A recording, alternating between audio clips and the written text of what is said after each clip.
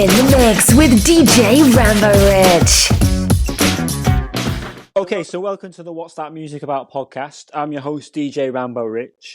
And in this episode, we're speaking with Saxmode, Miranda, about all things to do with saxophone. Yeah, so first of all, thanks for coming on the podcast. I really appreciate you coming. Thanks for having me. So if you want to just introduce yourself a bit, tell us a bit about some of the things that you do, being a saxophonist, and we'll take it from there. Sounds good. So yeah, I'm Saxmode. My real name is Miranda. People can call me what you want. So I play saxophone, obviously, at lots of different events. So yeah, it ranges from events that people can get tickets to, like festival type things, club nights, and I also play at like weddings, private parties, all sorts really, corporates, bit of everything. So I think primarily I'm a bit of a performer with playing the saxophone, and over the years I've tried to get into like recording stuff, so I've not quite learnt the skills of production yet, but I collaborate with various producers and DJs as well. Yeah, have some recordings and releases out there, and yeah, just travel around the UK and the world playing my saxophone, having a lovely time. So I just want to give you, so you're part of a group as well, just to give them a shout out as well. Yes, I am. Yeah. Yeah, I'm in a girl band, Elements girl band. So there's myself, there's DJ Laura Dean, Francesca on vocals, and Romy on percussion. So yeah, we're just four friends who've come together because we've all met through doing gigs together, and we've just become really good friends over the years, and we decided to team together, put all our heads together, and yeah, do gigs with our friends. So yeah. I mean, it must be nice, like, not because I feel like in my world of DJing, it can be quite isolating, and I can imagine with being like a musician on their own, that can be quite it can be quite it can be quite lonely. Like you constantly, you're always doing the sort of gigs on your own. So how do you sort of deal with that side of things? One minute you're in a room full of people, and then the next minute you're just in your car on your own. It is a weird, lonely lifestyle sometimes, but I feel like over the years, like, and by trying to get more gigs with the girls and like other people that I enjoy gigging with, that sort of helps. So the balance has gotten better, like the more I've done it and the more I've been able to like sort of choose who I work with a little bit more. So that definitely helps. Yeah, definitely. But yeah, so everything we're going to do now is move to the first round, which is mixtapes and memories. So 1 second, then we'll be back.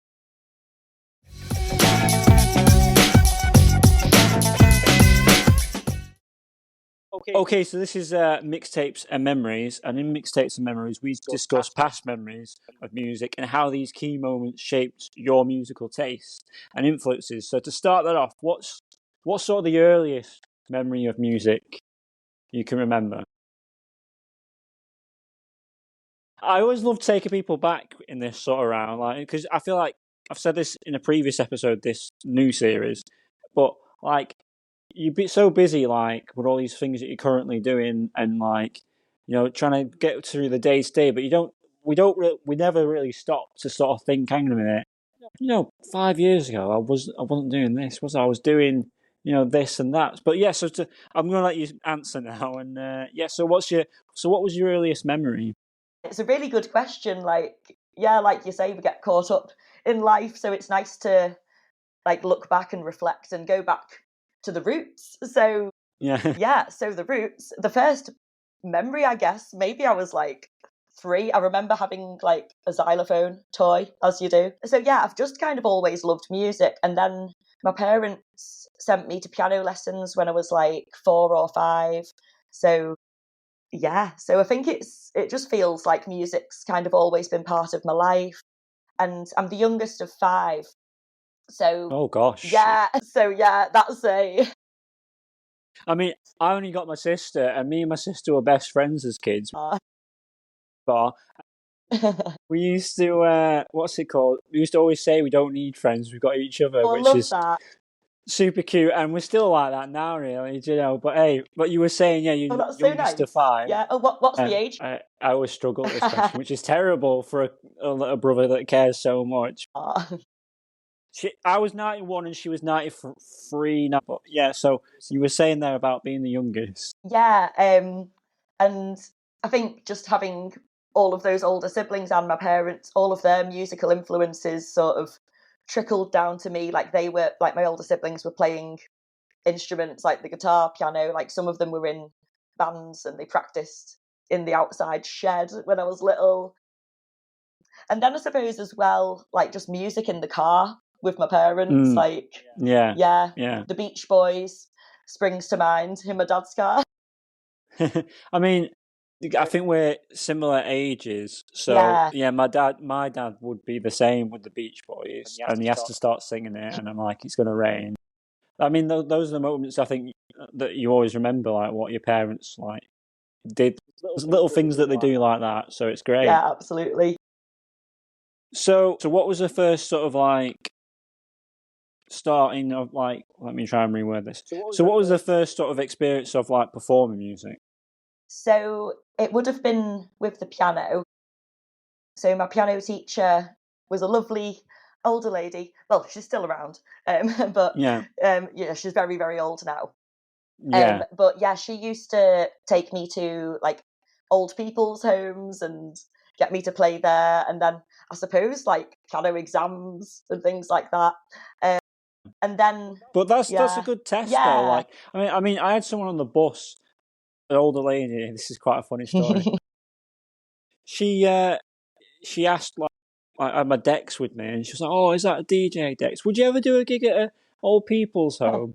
And now, just because I obviously didn't know her, and I just wanted to, I said no, but like, I don't know, maybe I would now, but I wasn't really sort of starting out. But you know, like I say, it's funny like how like I think that's a really good thing because I've seen like old people. That's like, especially people with dementia. They have like that's how you get the memories back. Yes, yeah, it's a different part of the brain, isn't it? When you might have forgotten like everything else, who your child is and stuff, like the music can bring you back to a state of normality, which is amazing, isn't it? Definitely. When I was at school, I always remember going to like do Christmas, like singing at old people's homes. And I always remember like I was always nervous about that because I wanted to make sure we did our best. Yeah. So yeah, but like you were saying about like, so you had a piano teacher that was older and you know old people. So carry on there. So because I've interrupted there. So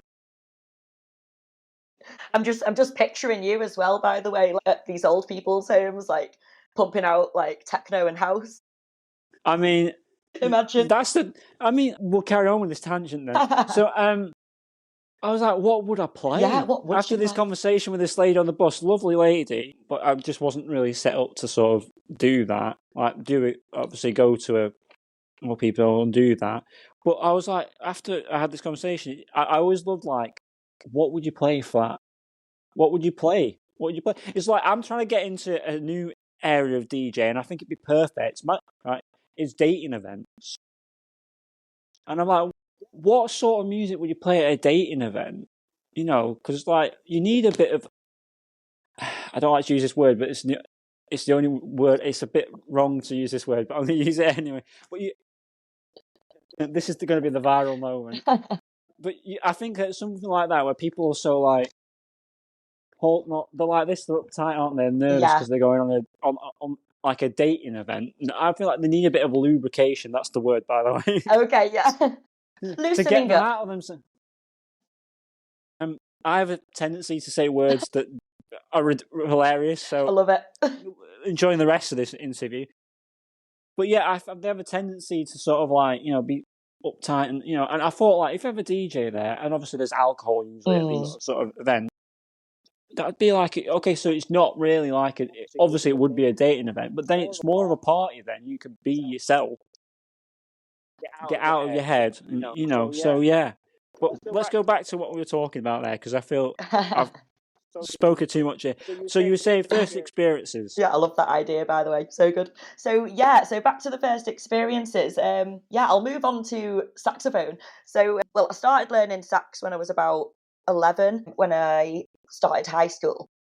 So I started being in some school bands, and then I was in the Lancashire Youth Concert Band. Like, very cool. Cool. Yeah. So that was No, fun. but these are the first steps, though. These are the first steps, aren't they? You know, so it's definitely, you know, like it's important. Yeah, absolutely. Like learning to play with other people and learning to like have the event of playing to an audience and things. Yeah, and then when I was at uni, I continued being in like big jazz bands and stuff, and then I made a couple of like my own bands with friends. So I was in like a hip hop sort of house band. There was like four of and we did all right actually. Like because the university, I went to Manchester. They put on this festival a couple of times a year. All right, cool. And we ended up supporting like Craig Charles and London Grammar. Like it was. I mean, I have a lot of respect for Craig Charles as a DJ, especially like the sort of funk he put. I think he did an album when it was like funk. Yeah, because I remember I bought him my mum because she loves him on the radio. Well, he was on the radio then, I think. I don't know if he still is now. Yeah, anyway, that's neither the point. No, she bought. Like, he had a compilation CD of like funk, I think it was, and she loved it. So big fan of Craig Charles there. Yeah, he's a cool dude. He's done all sorts, hasn't he? Like, yeah, but definitely, it must have been a moment like, hang on a minute, Craig Charles is over there. You know, like that's crazy. So how did that feel? Yeah, good. I think it was like my first taste of like, ooh, like this is exciting. Like playing to like a larger crowd and like, yeah, brushing shoulders with like people that you sort of just know from, like you say, the radio, from like just people that you listen to anyway. It's like, it's a person. I don't know.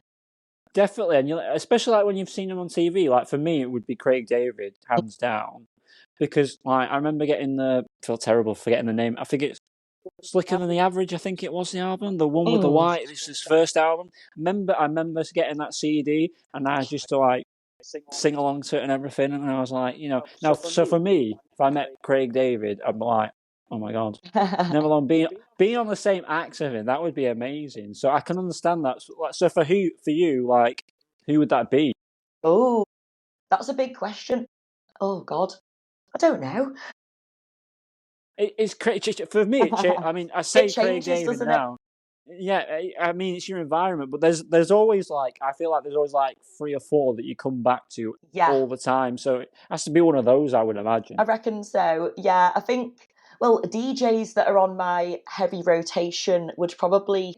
I quite like my Chicago house. I've been listening to like a lot of like Derek Carter, DJ Sneak lately, and I love like Darius Syrossian, and I feel like Carl Cox is like quite a goat as well, 100%. Isn't he? Yeah, definitely old Carl Cox, man. Like, it's crazy. So talking there about like the early memories. So what was the first like live performance that you saw? Ooh, so well, I've been to a few like classical bits and bobs. Like I remember maybe seeing like Swan Lake quite young, so that's lovely and wholesome. No, but I think sometimes like, you know, like people are always a bit like shy to say these things, but I think, you know, it is a good starting point because you sort of like, I mean, if you take Swan Lake, was it the ballet or was it just the like music? I think it was the ballet, but I think I was like more interested in like the pit orchestra a little bit, really. Like the whole thing's amazing. See, you saying that on its own, that's sort of like, I feel like, and like, how old were you at this point? I'm not sure. I feel like I was quite young. Like I want to say between the age of like 7 and 10. I don't know. that is really good because like obviously was it your parents that took you? Yeah. I believe I went with my mum. So, so that has informed you in music already, and you never know where those things come back. Like I did musical theatre. The first time I saw Les Mis live, I thought, when my dad was telling me about what the story was about, it was about French Revolution. I thought, oh, there could be some like guns in it, but it's not going to be that interesting. And I must have been about 10, 12, something like that. Oh wow! And I went and saw it, and we had like tickets that were like 4 rows from the front, so it's perfect position. And then one of the original guy came out singing it, like, and he was singing like. It's a bit operatic, that, isn't it? And it was, but it's like if opera music was rock. That's how I describe it. And I thought, oh my god, I know what I want to do now. Love that. Yeah, I know exactly what you mean. That's such a good way to describe Les Mis. And that has informed my DJing now. Now I construct some, depending on the location. It's all usually site specific. Again, that is a theatre term, site specific. It's coming in again. You know, like some of my sets now, I try and tell, like, I'll deliberately try and tell a story. Like I'm working on a set at the moment, and it's about love, right?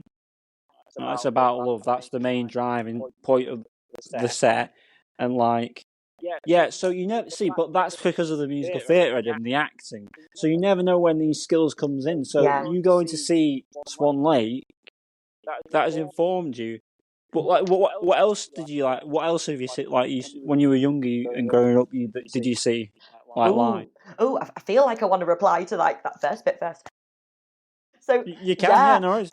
Yeah, I just love everything you said there. I think having that extra skill set of yours, like the musical theatre, it just gives you that edge. And I love, like, in a set, whether it's me playing sax with a DJ or just a DJ set, it's just so nice when you go on a bit of a journey and it has intent. I think that's really cool. I know what you mean. Definitely. Like, I did a Christmas DJ set with Christmas music.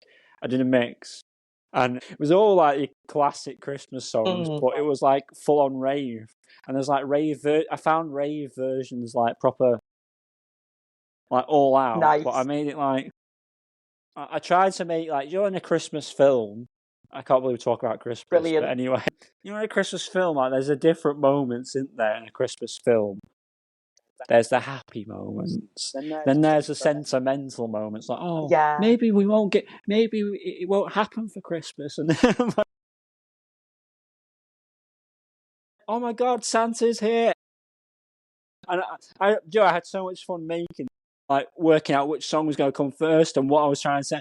But no, like, again, so yeah, I do enjoy doing that sort of thing. But the only problem is it takes so much more time.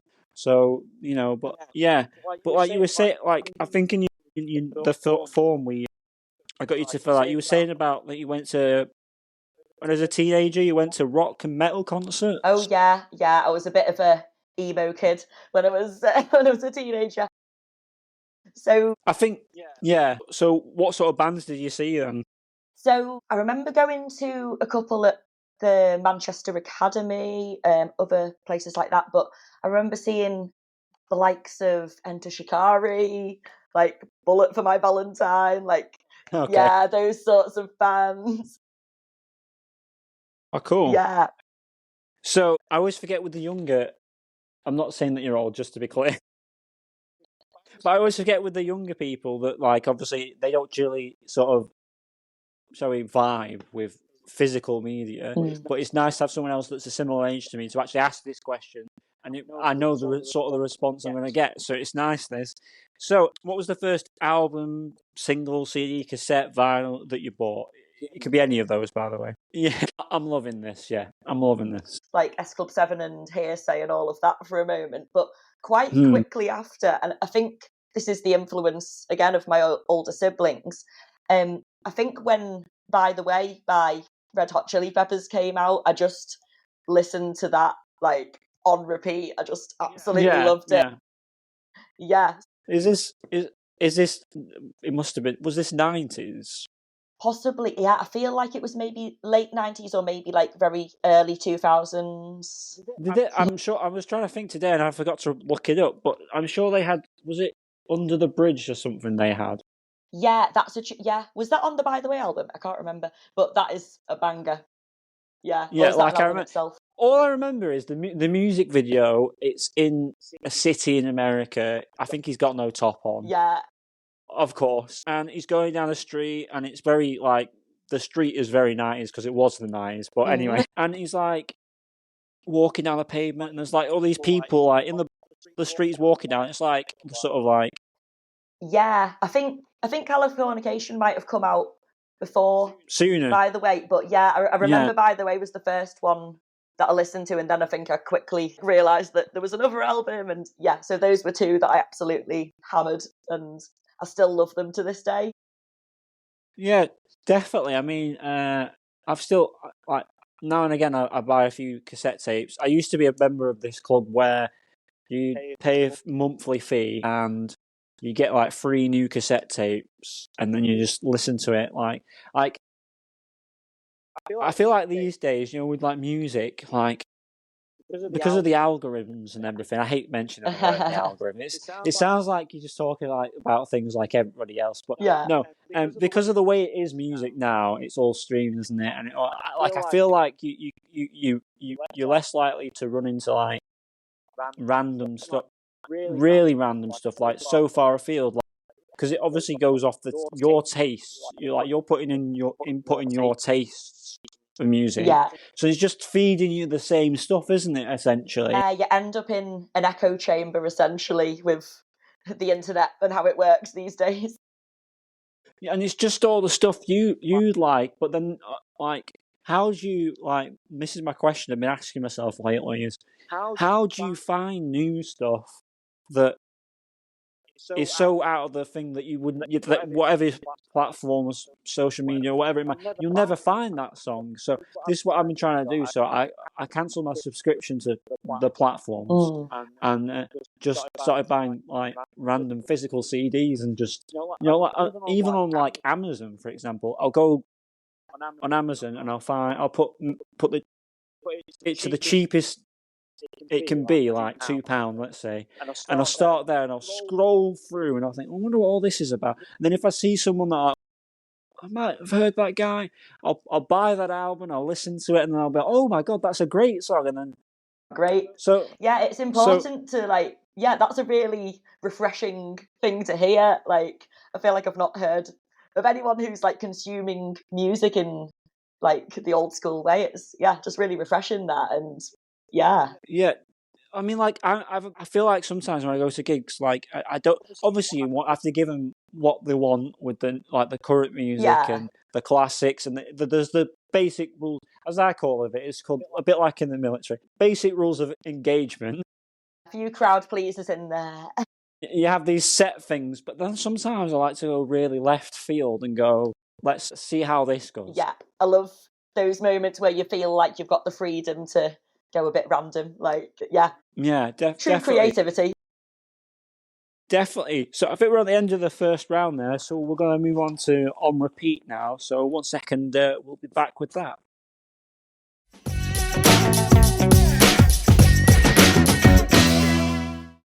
Okay, so this is On Repeat, and in On Repeat we talk about current challenges and projects that you're working on and developing, and ask what are your sort of daily keys to success. So to start that off, what are the current challenges or successes that you're dealing with? Yeah. Being self-employed and managing yourself can be a bit of a mad one sometimes, because essentially you've got this freedom, but you need to be almost quite, not strict, but like, you need to get stuff done, essentially. So it's like outside of the gigging itself, it's, well, managing the energy around that, and the sleeping pattern gets thrown around all week, and doing all of the admin that goes with that, and then also finding the time to be creative as well, like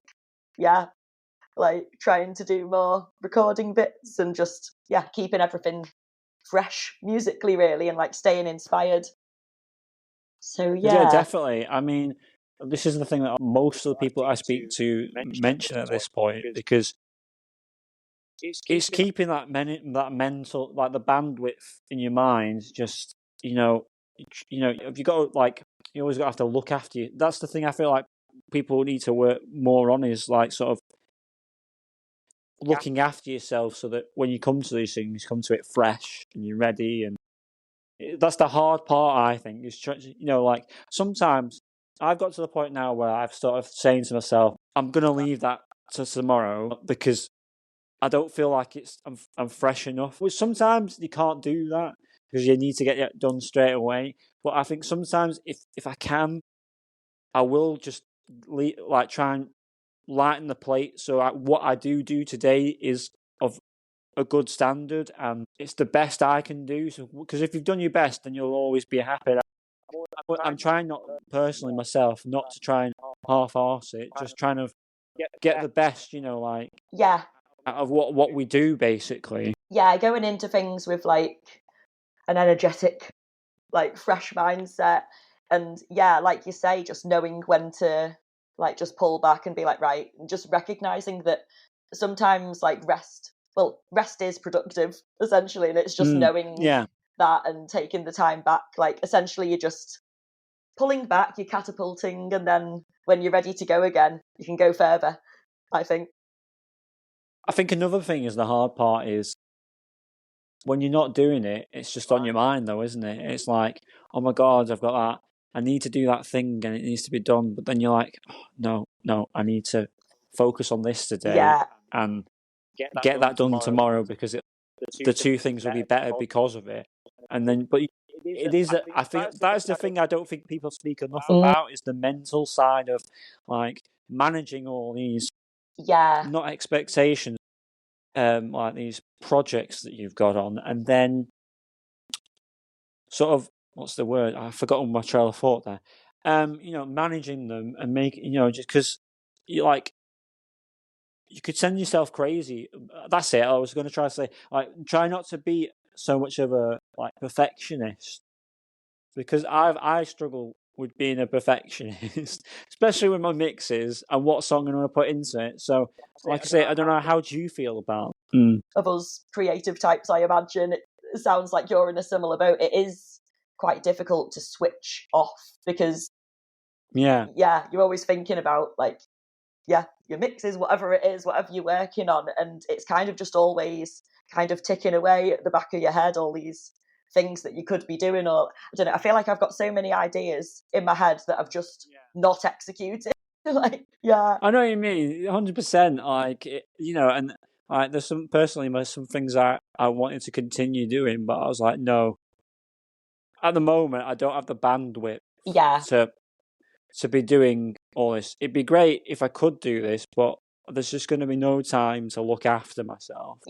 And I think it's important to make sure that you eat right, you drink enough, and you sleep well enough, and you just have some downtime.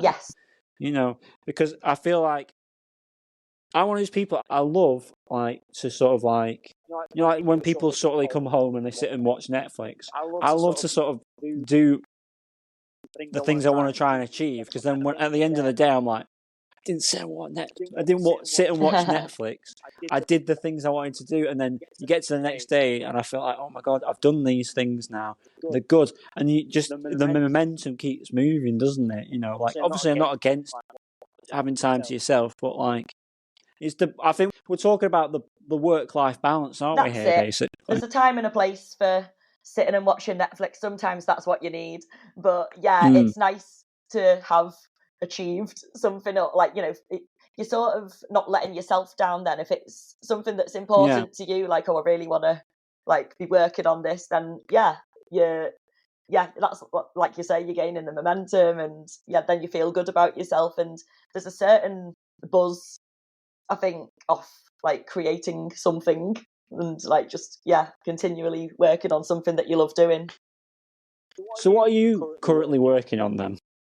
So there's many projects in the pipeline. I've not actually had any music released for a year or two. I can't remember the last release, but there's quite a few things in the pipeline, so hopefully some of them come off. I feel like I've recorded so many sax lines, and then things just take time, or nothing happens with a tune that's been made. That's just the way it is sometimes, really.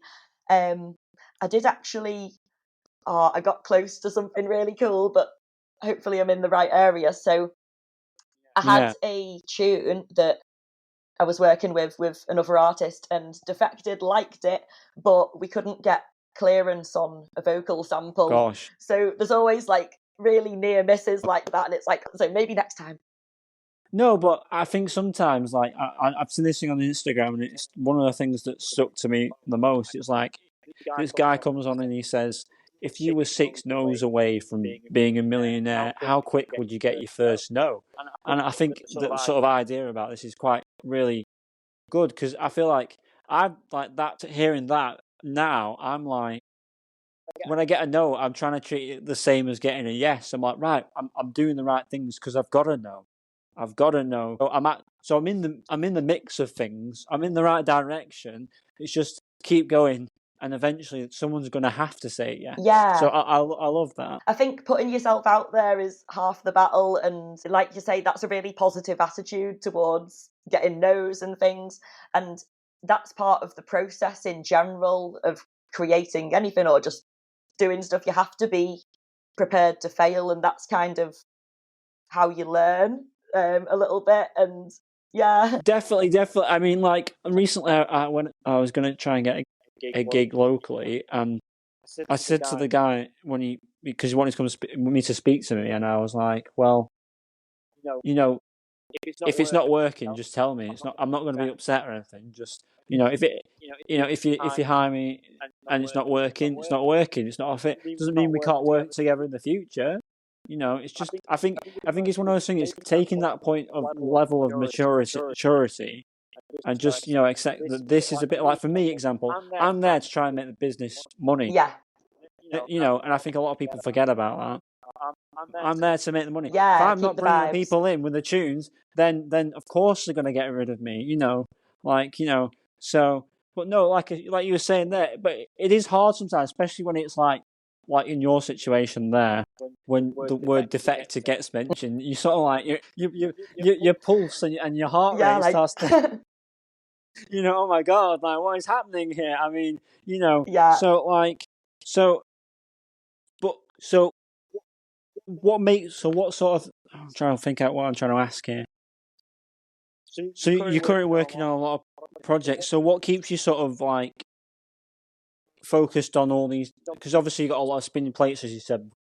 So it keeps you focused with all these spinning plates? Like, how do you sort of balance the spinning plates and keeping them spinning? It's going back to the like balance thing, really, and like you say, just looking after yourself as a human person. So yeah, like I've just started teaching yoga on the side, actually. So yeah, I've been really into yoga for a few years, and yeah, so I do quite a lot of yoga and meditation, Pilates, and yeah, and then even just like taking a step back from music a little bit sometimes and doing like other creative fun tasks. And I think that exercises the creative muscle, sort of going back to what we were saying about like being prepared to fail. Like, don't know, like going to like a random painting class, like yeah, I'm not the best painter in the whole wide world, but yeah, it's just fun to have a go and have those like go back to that place of like, no expectations and just do whatever. I don't know if I'm answering the question here or if I've gone off on a tangent. No. But yeah, this is what I love about it. Sometimes I've listened back to my episodes and I'm like, oh, well, we didn't really answer the question there, but it took us somewhere else, and I'm happy with that. Do you know what I mean? Like I say, so it's never a problem. Like you saying about painting trees, that's like immediately took me back to my GCSE art. I remember this like technique I did with.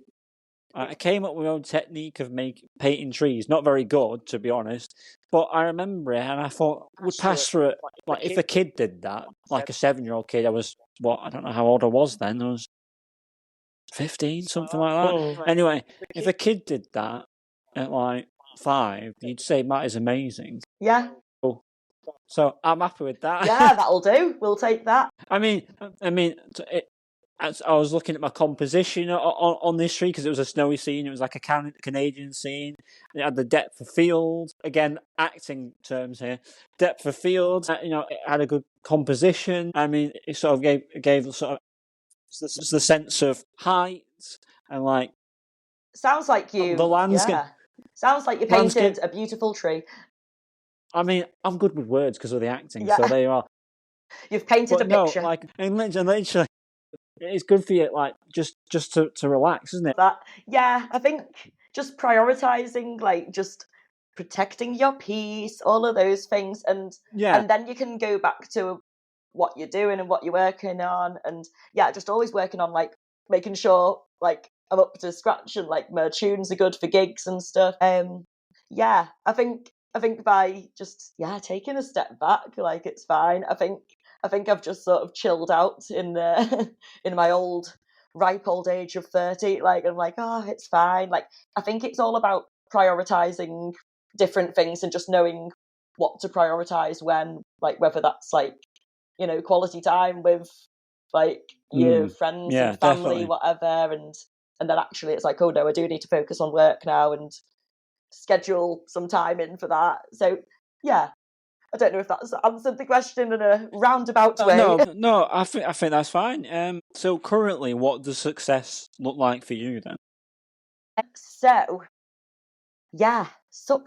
I guess goes back to what you were saying before, when you've chosen to work on some stuff rather than just being a couch potato. So I feel like that's a success when you are like, you remain committed to yourself and you achieve like roughly what you set out to achieve. So it's nice, like when you have spent some time working on your craft or just doing something that you enjoy. And again, going back to the priorities, like I think success for me looks like a good balance of just being I think one of my priorities in life is like who we are to people, like the compassion and, you know, friends, family. So having a good balance of like spending time with people and just living your life, enjoying things. And obviously like we're really lucky to be able to, like, you know, do gigs and stuff. It's obviously what like you and I enjoy doing. So just the gratefulness every day that you do get to do that and you do get to work on that. So it's a joy and a privilege and just like staying committed to yourself, carving out the time. I think that's success. Just being content and happy with things. Definitely, it's a bit like when I try and find guests for this podcast. I try and find people that are sort of match my similar energy, and that I think, from what I can see, is a good person, and you know, are sort of open to sort of like, I don't want to use the word collaborate, but that's the only word I can think of. You know, because like I don't want it to be sort of like an uphill. If it's ever an uphill battle, then it probably shouldn't happen, because for whatever reason, it's never anyone's real fault or anything. For whatever reason it might be, like maybe they're just too busy at the moment, or maybe I'm just not stars don't feeling align. it. So, you know, like I say, like, and I always make sure that people know that there's no hate at my side. The door's always open. Like, you know, my aim with the podcast is to help people, because when I started looking on like Spotify, for example, I found like really talented people that only had like 5 listens, and you think, how's it gonna happen? And then I thought, well, let's do this, you know. And also, I just love music, so that was another reason why I wanted to do it. You know, find people that love music, and you know, because I feel my job as a DJ is that I'm like the in between guy. But anyway, like you've got the audience and then the artists, and I help the audience and the artists meet. It's a bit like a dating service, but there's, well, I suppose there's love involved, because people like their music, they love their music, don't they, and love the artist. So but you know, like I say, that's what I think. That's really cool, and you just get to have nice conversations with a like-minded person, and definitely, it's nice having the longer form of a podcast rather than just like the snippets that you do get on social media. Like it's nice to have the space of a podcast, isn't it? Definitely. So I think what we're going to do here is move to the next round, which is discography. So 1 second, and we'll be back with discography.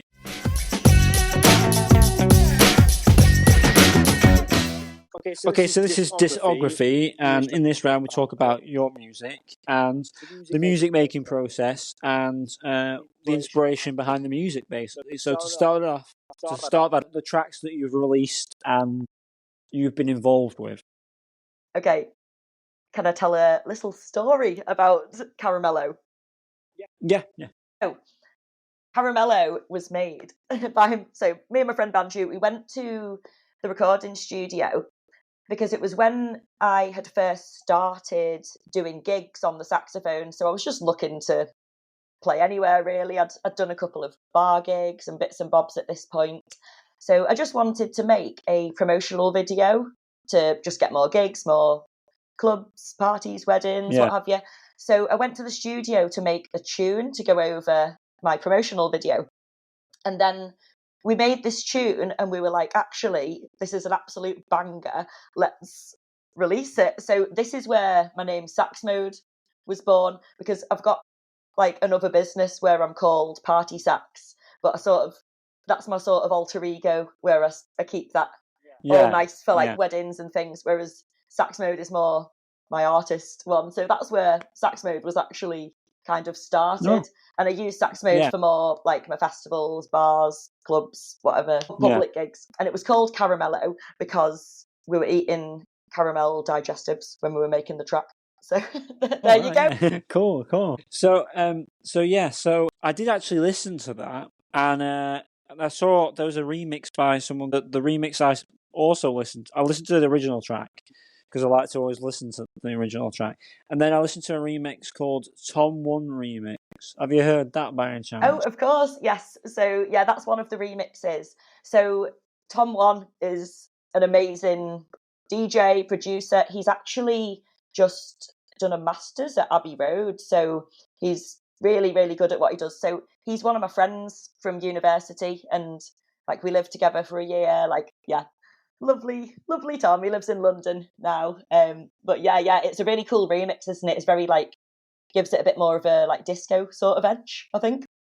Yeah, definitely. Like I say, I always love it when you can find a like I think I always love like when like I find remixes. Like I was watching TV the other day, and Anastasia was on it, and she was saying that she released a new tour and she was doing a new album.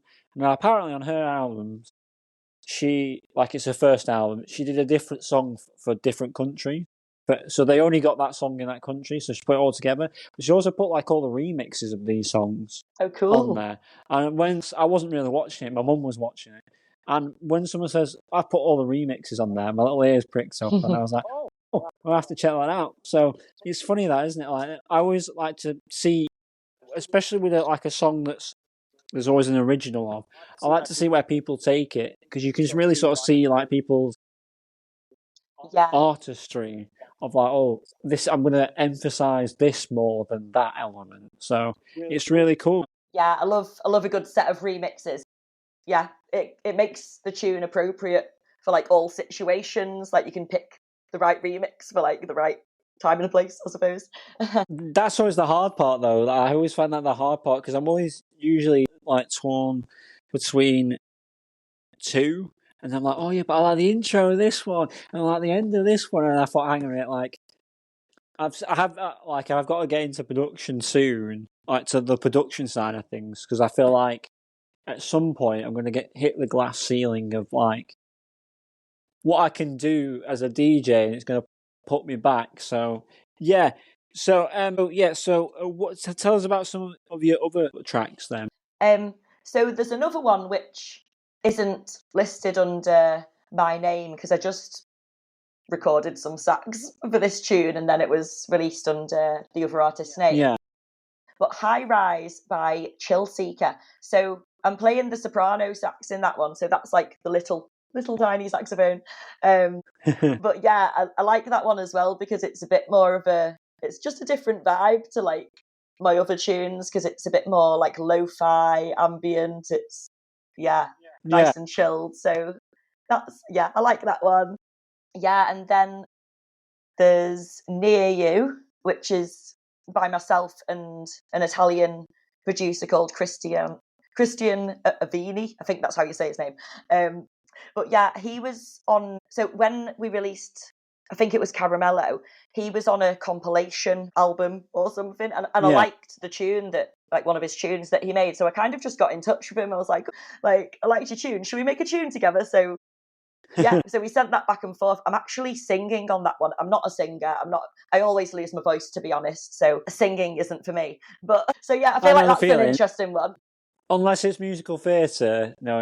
Yeah. Like, literally, I could probably only sing musical theatre songs because there's acting involved. Yeah. So, yeah, but I won't go into that right now. Love that. Moving on. So, what would you say is unique about your music then, and like your sound? So This is always a hard question, I feel like. Yeah. Some of these questions, I feel like, have they been written by an investigative journalist? Because, like, I'm like really getting to like deep questions of like, so I know they really make you think, these questions. Yeah, I was like, so yeah, I think what's unique about my sound. So I think the saxophone, I feel like it's very closely linked to the voice, and like, I don't know, you could recognize somebody else's voice or someone else's singing voice usually, I think. So I'd like definitely. So I'd like to, I mean, that's why. Just to interject Yeah. quickly, that's why the Masked Singer, that Yes, TV program, exactly. is so popular, because people love guessing the voice, and the people think they know voices so well. So it's a good point you make. Yeah, exactly. Yeah, perfect example. So I like to think that hopefully I've like found my tone. I don't know, there's always things to work on with your playing, but I like to think I've found a bit of a tone and I've found my niche of playing. And I kind of just had a little like eureka, is that how you say it, brainwave moment before, when we were talking about like rock music and stuff. I'm like, oh, actually, I think I have gone a bit like metal with my sax playing a little bit, just because like I like to think hopefully my sound would be recognized as me. I basically just growl a lot on the saxophone, so lots of growling. So there's a bit of like a raucous tone, but there's a lot that I can do with that. It's not just like metalcore the whole time. Like, I can sort of do like a bit of a smooth and yearning sort of sound, but I think there's like a little like raucous edge to it, I suppose. I don't know. It's a bit of a weird, abstract thing to describe almost, isn't it? Yeah, definitely. It's like you saying Eureka has made me think of a question just on the fly. So here's a question, like, because I always used to, when I did acting and musical theatre, it was all obviously about the voice. And obviously they were saying to me, like, your voice doesn't like fully develop until like is, and like around that period. And I was like, so, obviously your voice changes, but like, it sounds silly, quite this question, but it is. It's an interesting point. I think I'm making it is obviously different voices. All people have different voices, right? So when you're playing an instrument, does that make a difference? My voice itself, I'm not sure. I feel like maybe. Because say if you were like, okay, I'm going to talk in musical terms now. So say if you're a baritone, right, and you surely it would have more of a deeper, or say if you're a bass, actually, this is better stuff. Okay. This guy. Say if you had sort of a bass voice, you'd have a deeper tone, wouldn't you? Would that translate to the instrument if it's like a wind instrument? It's to do with your breathing. So that'd be a real, yeah. I feel like I can't answer that fully. I'm not sure, like, to a large extent, but it would be interesting to like line up a load of different saxophonists and like compare their voice. A soprano. Yeah. Not the TV series. Yeah, the sopranos. That's the type of singing voice. I've said that to people before. They're like, "What are you on about?" But yeah, it'd be interesting to line like a load of different people up and see if it almost matched up. But then at the same time, you carry on. Sometimes like completely, like in the past, I've maybe completely lost my voice. Like, I literally can only talk in a whisper, but I can still play fine. Right. So who knows? Maybe So yeah, it's definitely more about the breathing, and I think you probably are engaging some vocal cords. I think because I growl a lot, that probably doesn't do my throat any good. But yeah, it's more to do with the breath and the support. But there probably is some crossovers because you are using a lot of the same muscles, I believe, like in the face and the throat. So yeah.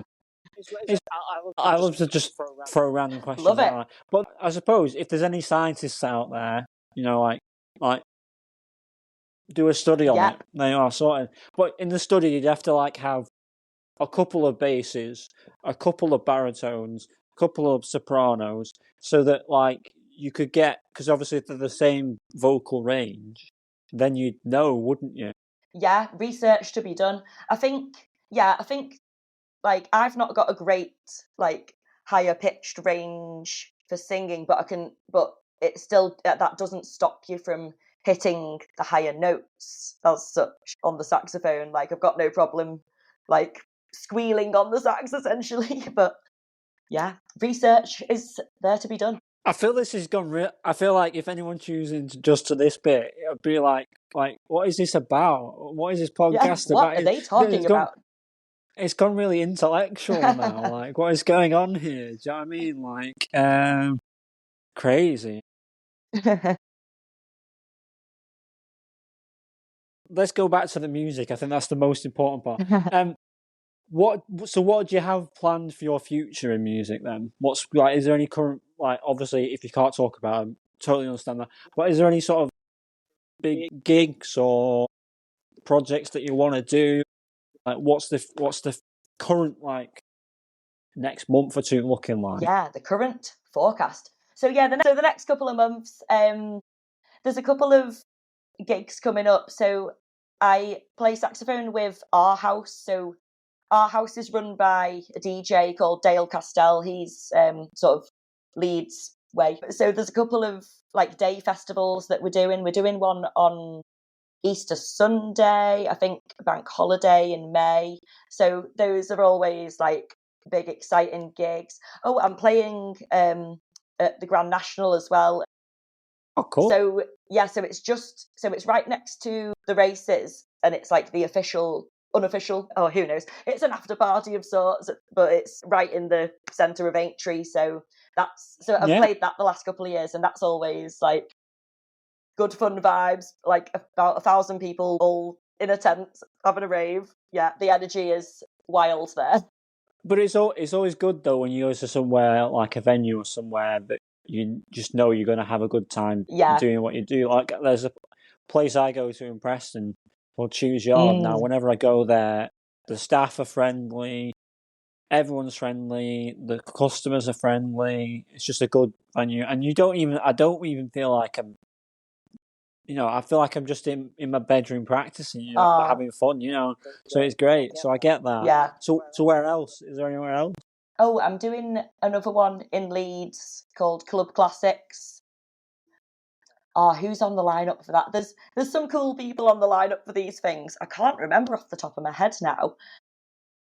But it's usually right, people like K-Class. I don't actually know if they're on any of these, but people like that. Well, what I always do is I always post when the release, when it comes out this episode. I always post whatever's on your page. Yeah. I always post the current things so people, if they're near that area, they can come because it helps you. Because we're talking before about other things you have to do. Promotion. That has become my other than practicing and DJing, has become a massive thing for me personally. Promotion. So that's why I do it, because I totally get the pain of having to try and get people to know about it. Yeah, the promotion and social media is just quite a big job, isn't it? I've set timers now. I put on your iPhone or whatever phone you've got. I always set a timer for 5 minutes. If I can't do it in 5 minutes, we're coming off. Yeah. Because the endless wheel of content, which we were talking intellectually before, but that has been proven because scrolling to the bottom. Apparently, there's something in the brain that likes things to be completed. That's where doom scrolling comes. Yeah.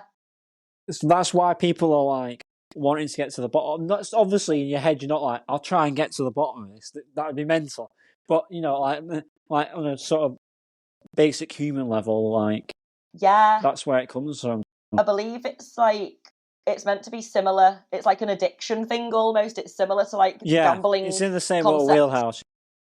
But yeah, there we go. It's something we have to do. We get sucked into it.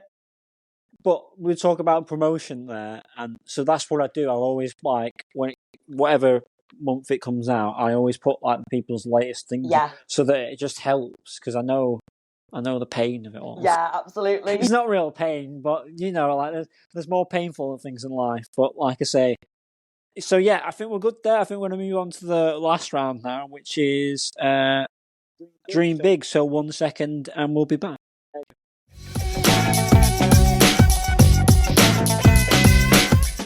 Okay, so this is Dream Big, and in Dream Big, we focus on what does future success look like, and where do you want to be with your music and career in music. So to start that off, what's your biggest ambition for your music? Ooh, okay, it's hopefully end up somewhere in the stars. So definitely. So I'd love to do more bits and bobs in Ibiza. I had a couple of gigs. I had a residency at Bambuku over the last couple of years at like this brunch event. So that's been really nice to get out there and play. I think specifically I'd love to play at Ushuaia one day. That's something I'll just try and manifest. I think that'd be really cool. Like a nice opener. Because of my dyslexia, I always struggle to say that word, so I won't even attempt to try and say that. But no, I know. I always see it in like DJ magazine, and like you always think like you always see the people that are playing there, don't you? And the names underneath, and you're like, one day. Yeah, such a cool place. Yeah, it's just lovely idea to play sax in the sunshine. Just I think that in general, just to play sax in lots of dreamy locations.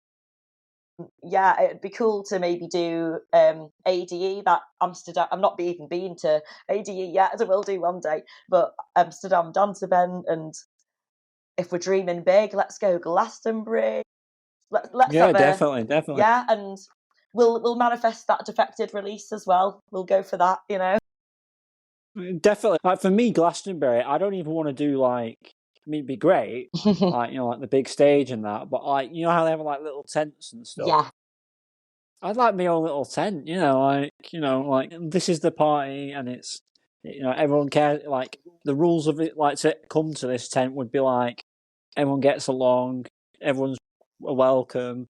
If you disrespect the rules, bye bye, see you later.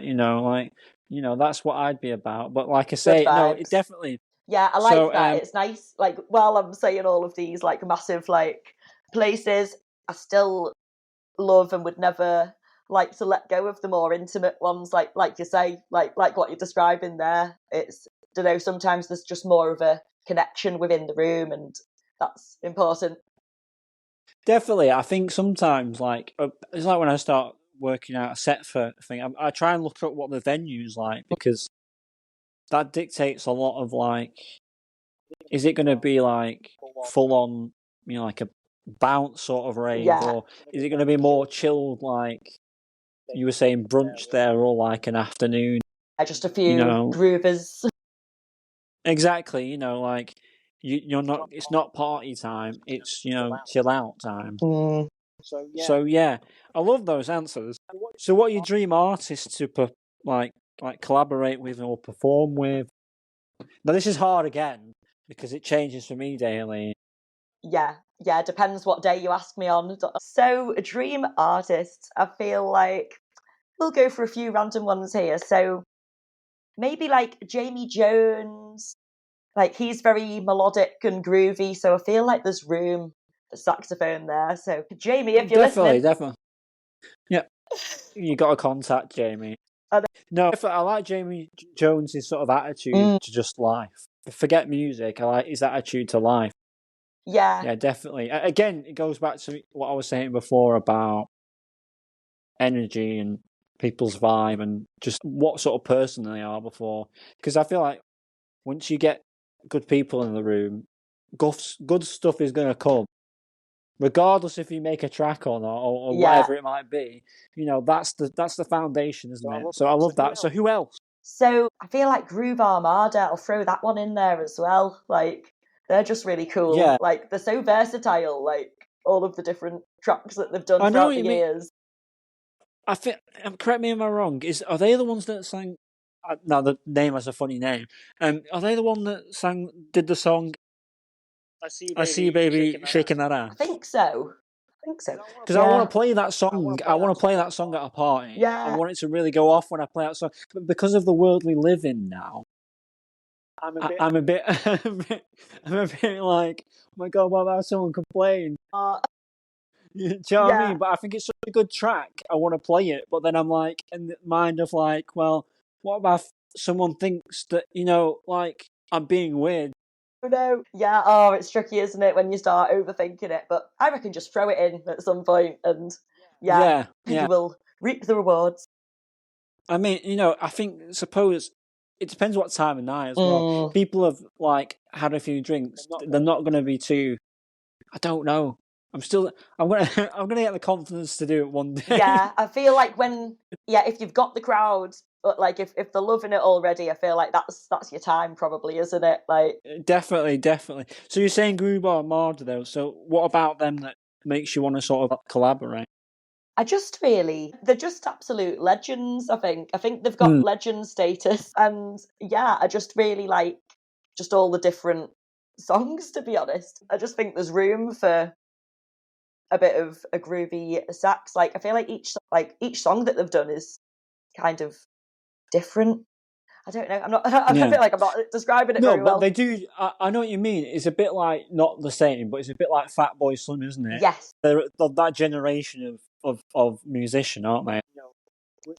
Again, like Fatboy Slim, you couldn't, if you put all his songs on an album and tell someone to listen to it that hadn't heard of Fatboy Slim and hadn't heard those songs before, you wouldn't really know that they were all by the same artist, would you? Do you know what I mean? They're sort of like, that is cohesive throughout, and you can kind of tell it's them and everything, but there is such a variety and you're not just pigeonholed into one sound. So and I quite like that. I quite like the idea of having freedom to, like, I don't know, I might do quite a chilled out track, or I might do like a mental high energy one, and but it all sort of works together, I think. Definitely. So I feel like we've already answered this, actually. So what are you said obviously about like Glastonbury and that. So I've already answered this, I think. But like your dream festival or concert or location, is there anywhere else that you can think of? Oh, okay. We're gonna get creative here. I feel like I'd love to play in like a forest. No, I get what you mean. As soon as you said that, I was like, okay, what music do I play for a forest? Because you can't switch it off, can you? I can't switch it off. Yeah. Like, I was in an elevator the other day, and I remember seeing on Instagram about, I think it was even Fatboy Slim again, and he was doing a gig in an elevator, and I was like, well, what music would you play in an elevator? Because I feel like you can't switch this off because it's something that you do and you're passionate about it. So what about a forest that makes you want to? I think do that. Maybe I've just got the memory of Boomtown Festival in my head a little bit. So it's I probably went about 10 years ago, to be honest, but I've been a couple of times. And there was a section of that festival where it was actually a psytrance forest. I don't think that'd be my dream genre to be playing myself. But I think that sort of vibe, it was just a bit of a I get what you mean, forest. I think it just combines everything I love. I love being out in nature. So I don't know, you've got the more obvious Cafe Mambo style where you're kind of playing to a sunset beach. But I feel like a forest is a bit random. Also, it probably feels like you're in the middle of nowhere a bit, and it almost feels quite tribal and primal. So that's what you'd play, tribal house in the forest. Yeah. It goes, but I suppose, when you've got I suppose you'd be a bit more mentally open to just sort of go with the music, because in the city you're aware of all the like, oh, I've got everything here, haven't I? I've got like, I can just go and get another drink there, can't I? Oh, I can do this, I can do that. But there, you're sort of more like connected with nature, aren't you? And I suppose also it's a bit like when you go under a tunnel as a kid and you start shouting the echo. Yeah. Imagine like the acoustics would be better. Yeah, you'd hope so, wouldn't you? Yeah, I think that'd be really cool. There'd be something like that, something would be going on. How the sound, like how the music would sound, like would sound different, I'm sure, because it's an open space. But like the trees are there, aren't they? Yeah, the trees would be doing something, soaking up some sound. So, is there any other, like, just to round it up now? So, is there any other sort of like accolades or ambitions or you know, things that you thought about? Yeah, that'd be great to do. Like for me, for example, to write a dance James Bond theme tune is like one of my biggest things. So, like for you, what would there be something like maybe a program, or I don't know. I don't want to sort of get your mind thinking about one track. I want you to give your answer. So, like, is there anything else that you think? Yeah, that'd be cool to do. Just, I love the James Bond. Yeah, I mean, there was the Madonna one, Ooh, but it's still sort of pop music, isn't it? So yeah, that'd be a breakthrough like thing to do. Well, I mean, anything's possible now because Amazon have the creative rights. So yeah. So extra ambitions. I'm probably just going to reel off a load more artist names, like Armin van Helden would be cool to play with, wouldn't he? Yeah. And I think I've always been fascinated by the festival Burning Man. I feel like that'd be, I think there's a theme here with the sort of like naturey, like woo. I'm seeing this theme, definitely. Yeah, I'm just a little fairy in the forest, I don't know, but yeah, I feel like that'd be cool. Yeah, I've done a couple of like sets outside in the past where it's like during the sunset, and I think there's just something really special about that. So more dreamy locations, sunset sets, maybe a sunrise set. Yeah, lovely time. And so one of my favourite tunes, not necessarily to play sax to, but is Time by Pachanga Boys. It's like 15 minutes long and it's just like a proper dreamy tune. I think, yeah. Yeah, I love that. So, yeah. I love that. Sorry, go ahead. I love that. It's all right, no, I love that you said like it was 15 minutes long because I always love finding tracks that are like extended versions. Like I found this song and it's been sampled recently into another song called So Good, and it's a Studio 54 recording of a song called For Your Love by Chile. Never heard of them before I heard this song, and like the actual original version of it like if you chopped up the different sections, you'd feel like a different version of the same idea, but like a different style. It goes so many different places in like it's like 10 minutes long, 7 minutes long, something like that. So I always love a good like extended version. So what about that song do you like then? Like the one you were mentioning there? So yeah, I think sometimes a song just can't be long enough. I love, like you say, the journey that you can go on like with a long song. So yeah, I feel like it does develop, but I don't know, you just get like mesmerized by it and it just carries you along. There's just something so dreamy about it. And the funny thing is, I once looked up for a joke if there was an extended version because it's already 15 minutes long, but there is actually an extended mix which is like 24 minutes or something. My gosh, but a bit silly. But I suppose like that's just like it's almost a bit like a DJ set, but not a DJ set. But do you know what I mean? Like it's that sort of thing, isn't it? Yeah, like the tune itself is just being played with, and yeah. One of my favourite artists actually is Paul Kalkbrenner. So he's from Berlin, I think. But yeah, he's a really interesting artist. So I think he doesn't like to be described as a DJ because like he basically, I think he uses like not Ableton Live, but something like that. So when you see him perform, he just makes Like, Yeah, he makes the I get what you're gonna tunes say like now. live in the Yeah, moment, and so he can play around with them, make them as long as he wants. Like, mess around with like the build-ups and everything. So I just think it's really cool to do that within a song, like, and not just a big set. Yeah, I mean, I remember my favourite DJ, Pete Tong. Right. I watched a documentary about him, and he was talking about how like he wanted to do something like that, but it was more like a live production. Yeah. It's like production, like you would do with music, but it's live production. Yes, exactly. And he wasn't really. This wasn't the point in his career where there was that changeover from vinyl to digital. Yeah. So I totally get what you mean in there. I mean, another crazy fact is I'm as old as like the first digital CDJ. I found that out recently, like just at the end of last year. Like that's humbling. Maybe even I might even be a little like a year or two older than the first CD, like the first digital decks. Brilliant. I'm like, oh my God, we old. So no, but I feel like I know, that's funny. I do feel like okay, I'm 34. Not really much has changed. Yeah. Okay, things have changed. Like I've grown up and that, but still like same 20-year-old kids. Because I think probably because of all the things I've done, like acting, musical theatre. Now it's music, which I think. Obviously, you got to, sometimes to work out what you want to do, you've got to try lots of different things. Absolutely. Now I've found the thing I want to do. I know I can do this until I'm probably 80 and I'll be fine. That would be great though, they're 80, DJing, Hawaiian shirt on, sunglasses. Yeah, you've done well if you make it to that. But no, but like I say, I feel like, that this is it now. To quote Michael Jackson's documentary.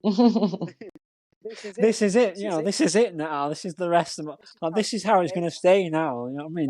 Obviously, I'm going to develop my skills and get better, but this is literally, this is what I want now. Yeah, this is, that's amazing. That's amazing to find what you love doing. I feel like not everyone does, and that's fine. Like, you've got to find things that make you happy in life, and to find something that you love so much is just really great. So I love that for you. Yeah. Definitely, I think it's been a great interview with you. I really enjoyed speaking with you and talking about your music. And wishing you all the success in the future. And like I say to all the guests on here, any successes or anything you need to let people know, just tell us and we'll put an update on the Instagram about your latest shows or whatever it may be. So I just want to say thanks for coming on the podcast, and I really appreciate it. Thanks so much for having me. It's been a joy and a privilege, and lovely speaking with you. Thanks for listening, everyone, to the listeners, and really appreciate it, and speak soon. You have a nice evening.